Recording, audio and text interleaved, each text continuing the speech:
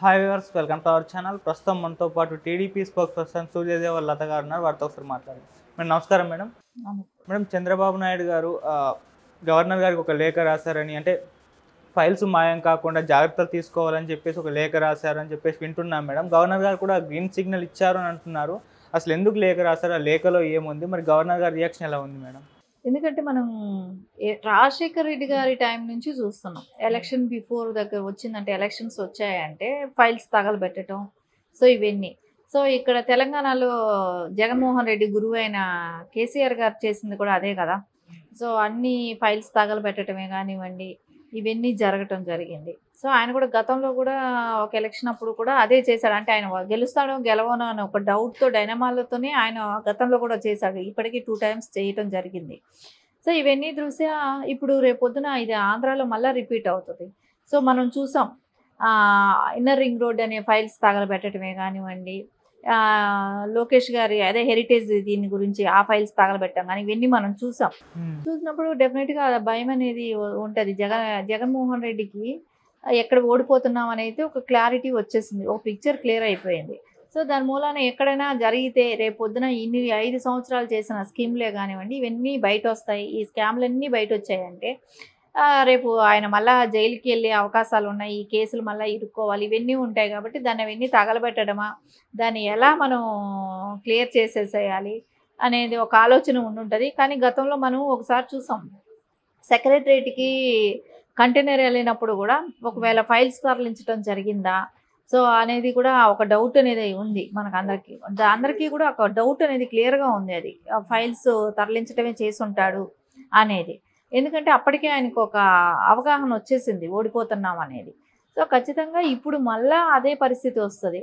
CS already ఆయన పక్షపాతిగానే ఇప్పటికీ వ్యవహరిస్తున్నారు కాబట్టి జవహర్ రెడ్డి గారు, జగన్మోహన్ రెడ్డి ఏదైతే చెప్తారో దాన్ని తూచా తప్పకుండా పాటిస్తున్నారు కాబట్టి ఖచ్చితంగా మళ్ళా ఫైల్స్ మిస్ అయ్యే అవకాశం ఉందని ఆలోచన అయితే ఉంది. కాబట్టి గవర్నర్ గారికి ఒక లెటర్ ఇవ్వటం జరిగింది.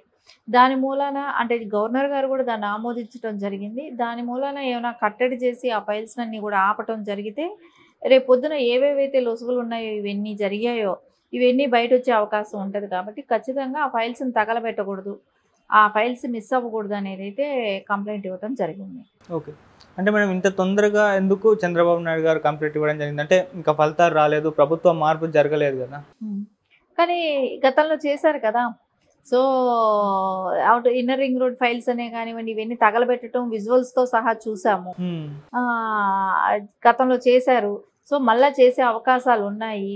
సో వాళ్ళు చేసే ప్లాన్లు వాళ్ళు చేస్తున్నారు కాబట్టి ఇప్పుడు తగలబెట్టకుండా ఉండటం వచ్చిన నష్టం అయితే లేదు కదా. సో రిజల్ట్స్ రాలేదు, ఎవరు గెలుస్తారో తెలియలేదని అంటున్నారు. తెలియనప్పుడు సో అవి మిస్ అవ్వకూడదు అనేదే కదా కోరుకునేది. దానిలో ఎవరికి నష్టం లేని విషయం కదా. సో ఆ పార్టీకి ఎందుకు భయపడాల్సిన అవసరం లేదు కదా. సో ఎందుకు కంప్లైంట్ ఇచ్చారని అడగాల్సిన అవసరం కూడా లేదు. నిజాయితీ పరులైతే అన్నీ ఉంచాలి. సో అవి అట్లాగే మీరు యాక్షన్ తీసుకోవడం. ఇప్పుడు ఏదైతే చంద్రబాబు నాయుడు గారు మొన్న అధికారం కోల్పోయిన తర్వాత లాస్ట్ టైము అప్పుడు ఆయన బయట వచ్చేటప్పుడు ఏది మిస్ అవ్వలేదు కదా. ఎవరైనా మిస్ అయిందనేది ఎవరైనా చెప్పారా? లేదు కదా. కానీ ఇప్పుడు ఎందుకు అలాంటివి వస్తున్నాయి? నువ్వు ఫైల్స్ తగలపెట్టావు కూడా కదా కొన్ని. సో అందుకనే భయంతోనే ఇప్పుడు అవి ఉంచాలి అనేది అయితే అందరూ అడుగుతున్నారు. ఎవరైనా కావాలని కోరుకుంటారు. ఎవరు మిస్ చేశారనుకోండి రేపు పొద్దున గతంలో ఏం జరిగింది అవకతవకలు కానివ్వండి, లేకుంటే ఆయన నిజంగా ఆయన ప్రజాసేవ చేస్తుంటే ఎందుకు భయపడాల్సిన అవసరం ఏముంది? ఖచ్చితంగా అవన్నీ ఉండాలి. ఉంటేనే రేపు పొద్దున క్లియర్ కట్గా ఏం జరిగింది అనేది తెలియటానికి ఒక అవకాశం ఉంటుంది. ఓకే మేడం, చంద్రబాబు నాయుడు గారు అంటే ఇంకా ఫలితాలు రాలేదు, ఆయన అధికారంలోకి రాలేదు, ఇంతకు ముందే గవర్నర్ గారికి ఈ విధంగా లేఖలు రాసి ఆయన్ని గైడ్ చేయడం, ఎలక్షన్ కమిషన్ని కూడా గైడ్ చేసి మన వైసీపీ వాళ్ళ నేతల్ని హౌస్ అరెస్ట్ చేయించడం, ఇవన్నీ కూడా చేస్తున్నారు అన్న విమర్శలు అయితే వినిపిస్తున్నాయి మేడం. మీరేం చెప్తారు దానికి? ఎందుకంటే ఇప్పుడు మనం ప్రతి నియోజకవర్గంలోనూ చూస్తూనే ఉన్నాం గొడవలు, అల్లర్లు, బాంబుదాడులు, తెలుగుదేశంకి ఓటేశారని తెలిసిన వాళ్ళని కూడా ఇంటికి వెళ్ళి కొట్టి రావటాలు, సో నిన్న చెవు తెగ్గోయటం, ఇట్లాంటివన్నీ చూసాం, అల్లర్లు చూస్తూనే ఉన్నాం. సో కొన్ని చోట్ల అయితే ఇజ్రాయెల్ నుంచి ఎక్విప్మెంట్ తెప్పించి కొన్ని ఈవీఎంలని డిస్మాంట్ చేసే విధానం కూడా చేస్తున్నారు. అవన్నీ చేయడానికి కారణాలు ఇవన్నీ ఎవరు? లోకల్ ఎమ్మెల్యేలే. ఆ లోకల్ ఎమ్మెల్యేలు చేసే అంటే మనం మొన్న పులివెత్తి నాని గారి మీద చేసిన దౌర్జన్యాన్ని మనం చూస్తే ఖచ్చితంగా మనకు అనిపిస్తుంది కదా. చెవిరెడ్డి భాస్కర్ రెడ్డి గారు ఎంత దౌర్జన్యంగా అంటే అక్కడ ఆ క్యాంపస్లో 150 మంది జనం ఎలా వచ్చారు, వాళ్ళందరూ లోపలేం చేస్తున్నారు, ఈవీఎంల దగ్గర వాళ్ళకేం పని, ఈవీఎం దగ్గరికి వెళ్ళాలంటే ఒక లిమిటెడ్ పర్సన్సే వెళ్తారు. అలాంటి పర్సన్స్ అక్కడ ఎందుకు, ఎవరు అంతమంది జనం ఎందుకున్నారు, ఈవీఎంలు పెట్టే స్ట్రాంగ్ రూమ్ లోపల ఎవరో గుర్తు తెలియని వ్యక్తులంతా ఎందుకున్నారు, ఇవన్నీ చూస్తూ ఉంటే వాళ్ళు ఏదో చేయాలనే ప్రయత్నం ఉంది. సో దాని మూలానే వాళ్ళందరికీ హౌస్ అరెస్ట్ ఇస్తే కానీ రేపు పొద్దున ఇవన్నీ ఎలక్షన్ కౌంటింగ్ టైంలో కొంచెం సజావుగా అయితే జరుగుతుంది. లేకుంటే ఇప్పటి నుంచి కూడా అంటే మనకు తెలుస్తూనే ఉంది, జగన్మోహన్ రెడ్డి ఫ్లైట్ ఎక్కాడు, విదేశాలు వెళ్ళాడు అంటే ఏదో ఒకటి జరుగుతుంది, ఏదో ఒకటి చేస్తాడు. సో ఆ ప్రయత్నం కోసమే ఆయన బయట వెళ్ళటం జరిగింది. వీళ్ళని ఇక్కడ రెచ్చగొట్టి లోకల్ ఎమ్మెల్యేలుగా ఉన్న క్యాండిడేట్లే కానివ్వండి, కార్యకర్తలే కానివ్వండి, వీళ్ళందరూ రెచ్చిపోయి నోటుకొచ్చినట్టు మాట్లాడటం చేయటం ఇవన్నీ చేస్తుంటారు కదా. సో ఖచ్చితంగా ఇవన్నీ అయితే జరగకుండా ఉండాలంటే వాళ్ళకి కట్టడి చేయాల్సిన అవసరం అయితే ఉంది.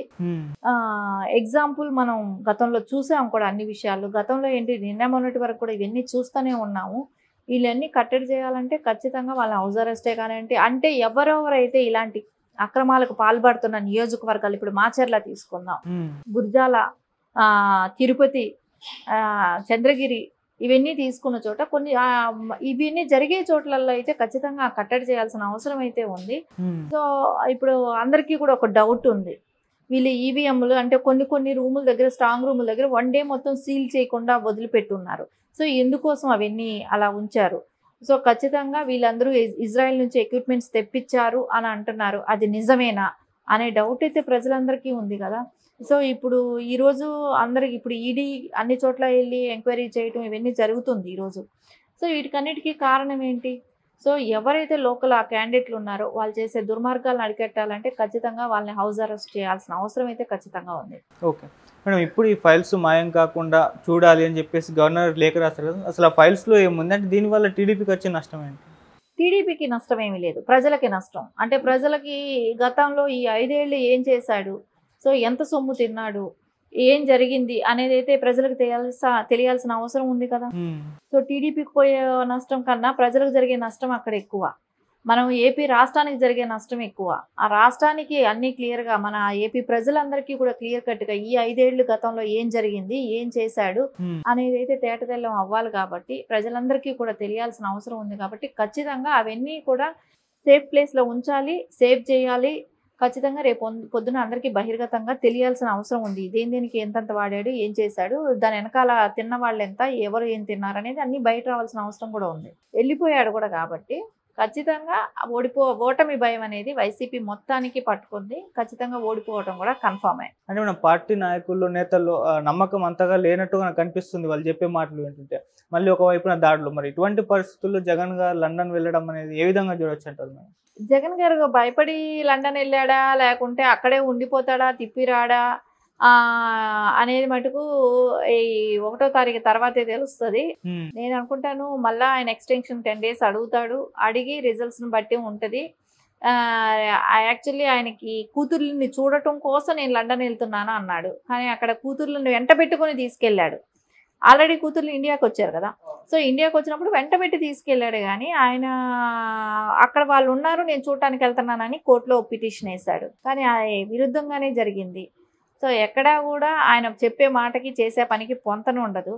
సైకలాజికల్గా ఆయన ఆలోచన విధానం కూడా అలాగే ఉంటుందేమో అనిపిస్తుంది.